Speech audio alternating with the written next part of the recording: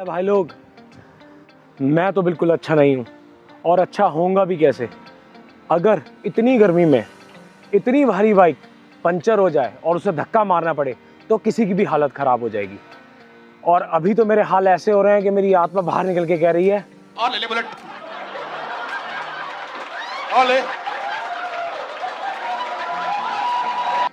तो इसी चीज का सॉल्यूशन लेके मैं आया हूं आपके साथ, which is DIY tubeless conversion of Himalayan 450।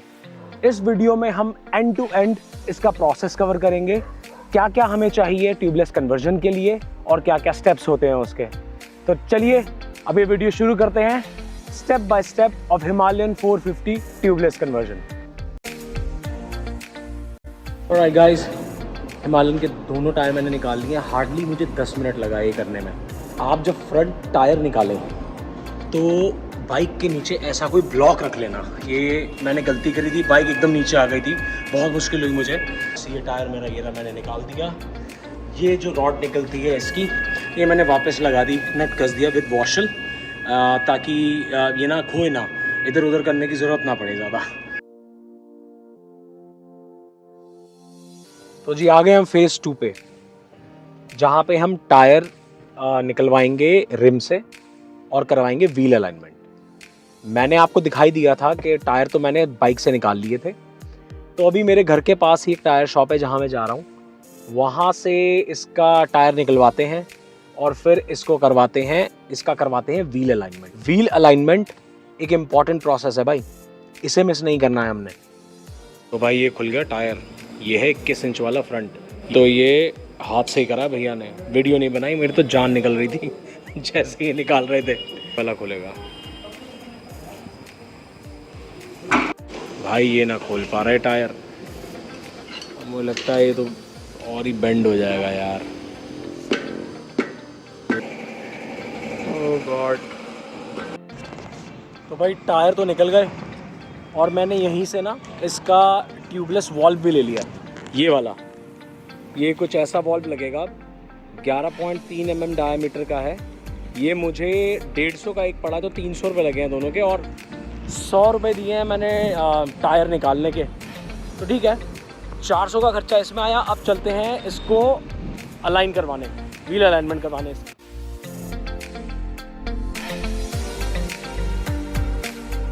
जैसा कि आप मेरे सामने ये सामान पड़ा हुआ देख रहे होंगे, ये सारा सामान चाहिए हमें ट्यूबलेस कन्वर्जन के लिए। तो मैं आपको बताता हूँ इसमें एग्जैक्टली लगेगा क्या क्या। ये है एक पॉलीयूरेथेन सीलेंट, ये आपको इजीली मिल जाएगा जो गाड़ियों के विंडशील्ड चिपकाते हैं उनसे। ये बॉटल मुझे पड़ी थी, मैं इसको थोड़ा पास कर लूँ, ये बॉटल मुझे पड़ी थी 300 रुपये की। ये मैंने कुछ सर्च करा था पॉलीयूरेथेन सीलेंट के बारे में, तो आपको ना एक सिलिकॉन सीलेंट भी मिलेगा मार्केट में, आपको वो नहीं लेना, आपको PU सीलेंट ही लेना है। PU सीलेंट की पकड़ इंडस्ट्रियल ग्रेड की होती है और ये बेटर काम करता है हीट में। फिर मैंने थोड़ा रिसर्च और किया इसे लेने के बाद। ये बॉटल मुझे पड़ी है 300 रुपये की। एक आती है यूरीथेन एडहेसिव, ये है डाउ का, ये इससे बेटर है, ये पॉलीयूरेथेन से सुपीरियर है। हो सकता है आपकी मार्केट में ये ना मिले, अगर आपको PU सीलेंट मिल रहा है वो भी चलेगा। अब मुझे लगता है 2 बॉटल में काम हो जाएगा, अगर नहीं हुआ तो जो लास्ट लेयर है वो मैं PU की लगाऊंगा। अब क्लीनिंग के पर्सपेक्टिव से यूज़ आएगा ये सैंड पेपर। ये है 150 ग्रेड का सैंड पेपर, जिससे रिम की अंदर की सफाई होगी। एक मैंने लिया है 400 ग्रेड का सैंड पेपर, ये मैंने इसलिए लिया है बिकॉज रिम खुलवाते हुए एजेस पे ना निशान आ गए थे। तो इसको मैं गीला करके हल्के हाथ से मारूंगा और उसके बाद ये ग्लॉसी ब्लैक स्प्रे पेंट कर दूंगा। फिर आपको चाहिए ये गन, ये जो सिलिकॉन बॉटल है ये इसमें फिट करके लगेगी, सो ये गन ज़रूरी है लेनी। अब ये तो था सिलिकॉन सीलेंट आपका, सॉरी सिलिकॉन कह रहा हूँ, PU सीलेंट था आपका एप्लीकेशन का। सैंडिंग के बाद रिम की क्लीनिंग बहुत अच्छे से करनी है। कुछ भी जब आप सैंड करेंगे छोटे छोटे पार्टिकल निकलेंगे, वो रह ना जाए। सैंडिंग करने का पर्पस ये है कि जो सरफेस है वो ड्राई होना चाहिए, रफ होना चाहिए, प्लेन नहीं होना चाहिए। कपड़ा है मलमल का जो कोई भी पेंट शॉप से आपको मिल जाएगा, और एक थिनर की बॉटल छोटी, या तो आप पानी से भी कर सकते हैं अगर थिनर नहीं है आपके पास। मेरे पास थिनर पड़ा हुआ था तो मैं यूज़ कर रहा हूँ। एक चीज़ और मैं जो बहुत इंपॉर्टेंट है, दैट इज़ ट्यूबलेस वॉल्व। ये जो वॉल्व है ये मैंने लोकल शॉप से लिया था जहाँ से मैंने टायर निकलवाया था।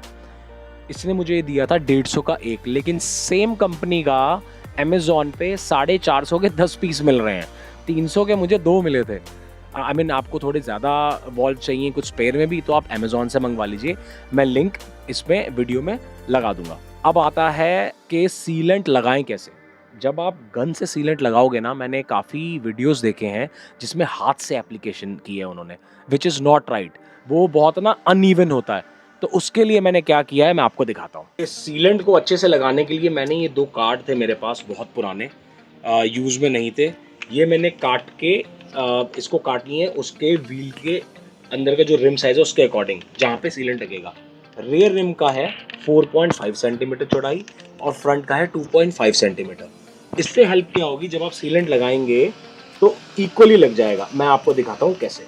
अब ये रहे रिम जो मैंने खुलवा लिए थे और व्हील बैलेंसिंग भी करवा ली थी इसकी। तो जब आप यहाँ अंदर की तरफ सीलेंट लगाएंगे ना, हाथ से क्या होगा, जब आप इस तरफ करेंगे तो इधर उड़ जाएगा। इससे इस कार्ड से हेल्प क्या होगी, ये आप इक्वली इसको ऐसे स्प्रेड कर सकते हैं। जैसे ही आप लगाएंगे हल्का हाथ दबा के इसको ऐसे प्रेस कर देना और सीलेंट इक्वली लग जाएगा।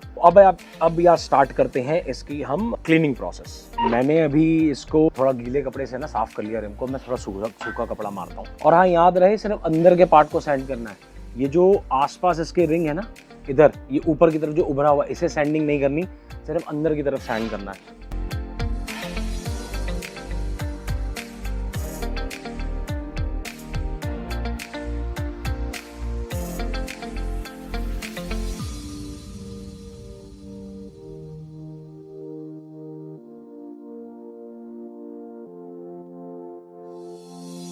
Okay, sending and cleaning is done. अब हम स्टार्ट करेंगे इस पे सीलेंट एप्लीकेशन। और ये मैंने एक जुगाड़ बनाया है, 2 सेटियाँ बनी पड़ी थी, क्योंकि इसको अगर नीचे ज़मीन पे रख के करते हैं ना तो घुमाना बहुत मुश्किल होता है। एक लंबा स्क्रू ड्राइवर था मेरे पास, वो निकाल के मैंने इस दोनों पे टिकाया और अब easily I can move the rim. हाँ, टेक्नोलॉजी है। तो आपके भी घर में कुछ ऐसे मूरे टाइप हो या कुछ ऐसी 2 चेयर्स हो, एक छोटा सा कोई पाइप लीजिए इतना लंबा, 1.5 फुट के करीब का, और उसको ये रिम के अंदर डाल के उस पे रिम को उस पर टिका सकते हैं आप, so that easily it can move. ठीक है, नहीं तो हाथ से करने में बहुत प्रॉब्लम होगी, वो बार बार गिरता रहेगा। स्टार्ट करते हैं हम इसको लगाना।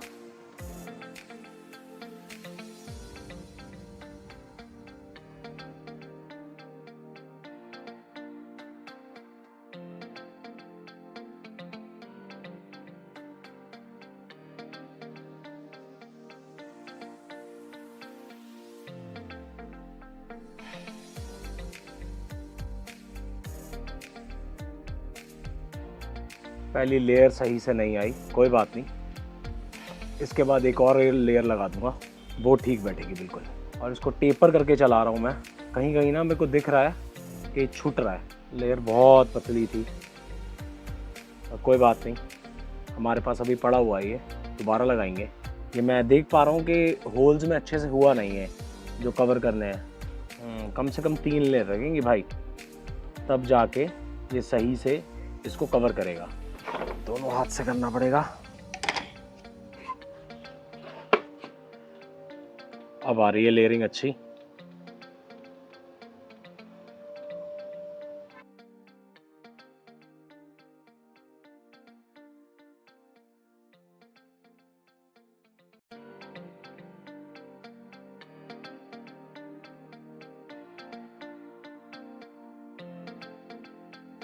कि ये वाली लेयर बहुत अच्छे से लगी है। अब मुझे थोड़ा समझ आ गया, इसको हल्का सा प्रेस करके लगाना है। इसको बहुत छोटा सा मैंने दोबारा काटा है। हाँ, ये ठीक है। अब now it's perfect working perfectly. Yes, अब साइड पे लग गया है, वो मैं साफ कर दूंगा बाद में। फर्स्ट लेयर कल करी थी, उसके बाद एक और लेयरिंग करी है मैंने आज सुबह। ये काफी सूख गई है, ये ना पूरी तरह पत्थर सा नहीं होता, मतलब ये हार्ड नहीं होता, ये रबरी रहता है। तो अभी फ्रंट टायर का ना मैं ये ट्यूबलेस वॉल्व फिट करूंगा। वो मैं इसलिए करना चाहता हूं क्योंकि ट्यूबलेस वॉल्व फिट करने के बाद उसके आसपास ना एक थोड़ी सी लेयरिंग कर दूंगा। ओके, सो ये रहा वो ट्यूबलेस। ये 8 mm डायामीटर का है, 8.3 mm डायामीटर का जो इसमें फिट होगा। मैंने एक TS414 भी लिया था, लेकिन वो काफी उसका डायमीटर बड़ा है तो वो नहीं फिट आया। So this is the right one जो आप ऑर्डर कर सकते हैं, TS1532। तो अभी मैं इसमें, क्योंकि मैंने लेयरिंग कर दी है, तो जहां पे इस वॉल्व को फिट करना है पहले उसको उसमें छेद करना पड़ेगा। हो गया फिट, देयर यू गो। आप देख सकते हो यहाँ पे ये पूरा फिटिंग आ गया है और नीचे से भी बैठ गया है। यहाँ दिखाओ, ये पूरा ये फिट हो चुका है अब। ऑलराइट, सो वॉल्व अच्छे से फिट हो गया है इसका। तो मैंने अभी क्या किया है, हल्का सा इसके आसपास जो इसका डायमीटर है उस पे मैं ये सीलेंट लगा रहा हूँ ताकि यहाँ से हवा पास हो ही ना। सो ये मैंने कुछ ऐसे लगा दिया, सिर्फ उतनी जगह छोड़ी है कि हवा भरो तो हवा निकल जाए। चलो भाई, सो भाई बिल्कुल मैंने इसके आसपास एक लेयरिंग कर दी है। अभी मेरे पास एक ही वॉल्व है तो इसलिए मैं फ्रंट टायर का ही लगा रहा हूँ। दूसरा वॉल्व मैंने मंगवाया है, जब वो आएगा तो मैं इसको रियर टायर में भी लगाऊंगा। अब लेयरिंग मेरी कंप्लीट हो चुकी है। अब इन दोनों टायर को मैं छोड़ूंगा 5 दिन के लिए। पूरी फिटिंग इसमें जो वॉल्व लगाऊंगा मैं, सेम वॉल्व रियर टायर में वो लगाऊंगा अब फ्राइडे को। टुडे इज संडे, सो 5 दिन लगेंगे। 5 दिन इसको अच्छे से सूखने के लिए छोड़ूंगा और उसके बाद इसमें वॉल्व लगा के रियर टायर में इसको टायर को फिट करके हवा भर के देखते हैं कि लीकेज है या नहीं है। तो अब सीधा वीडियो बनेगी कि मैं टायर की फिटिंग करवाऊंगा। सो अब यहाँ तक आ गए हो तो वीडियो में पूरे बने रहना और आगे देखना जब मैं इसको टायर इस पे फिटिंग करवाऊंगा, इसकी जो टेस्टिंग करूंगा। टेस्टिंग इन द सेंस हवा भर के देखते हैं लीक होगी या नहीं होगी। अब आ रही थी टायर की फिटिंग करवाने की। तो पहले हमने रियर टायर जो है वो फिट करवाया था। मशीन में भैया ने फिटिंग करा, थोड़ा इशू आया क्योंकि वो टाइट चल रहा था टायर, लेकिन वो फिट हुआ। फिर उसके बाद इसको फिटिंग करवाने के बाद हमने टायर की टेस्टिंग करी जिसमें हवा बिल्कुल लीक नहीं हो रही थी। Then we moved on. ये फ्रंट टायर जो हमने मशीन पे दोबारा चढ़वाया, ये आप एक रबर देख रहे होंगे जो मैंने इसके ऊपर लगाई थी। इसकी वजह से क्या हो रहा था, टायर टाइट चल रहा था तो हमें ये रबर हटवानी पड़ी और उसके बाद टायर फिट हो गया। फिर हमने जब टेस्टिंग करी तो उसमें से भी हवा लीक नहीं कर रही थी। फाइनली वो दिन आ गया है जब हम अपने टायर इंस्टॉल करने वाले हैं हिमालयन में। मैंने लास्ट वीक सैटरडे स्टार्ट किया था ये प्रोसेस, संडे तक कंप्लीट किया था। उसके बाद 5 दिन इन टायर्स को मैंने सीलेंट लगाने के बाद उसको सूखने का टाइम दिया और उसके बाद हमने टायर फिट करवाए। अभी सारा प्रोसेस डन है टायर का, मैंने चेक कर लिया है, हवा लीक नहीं हो रही, थैंक गॉड। बट मैंने सोचा था कि मैं बाहर से किसी को बुलाऊंगा और तब टायर इंस्टॉल करवाऊंगा, लेकिन यार कोई मैकेनिक आ ही नहीं रहा और आसपास के जो लोकल मैकेनिक्स हैं वो इतने इक्विप है नहीं कि हिमालयन का टायर इंस्टॉल कर सके। सो मैं आपको दिखाता हूँ टायर्स। ये रहे टायर्स, ये अब मैंने चेक कर लिया था, 2 दिन से ये ऐसे ही रखे हुए हैं, इनकी हवा कम नहीं। फ्रंट व्हील लग चुका है, इसमें भी मेरे को थोड़ी सी हेल्प लेनी पड़ी किसी की। ये रहा, ये लगा दिया है अच्छे से।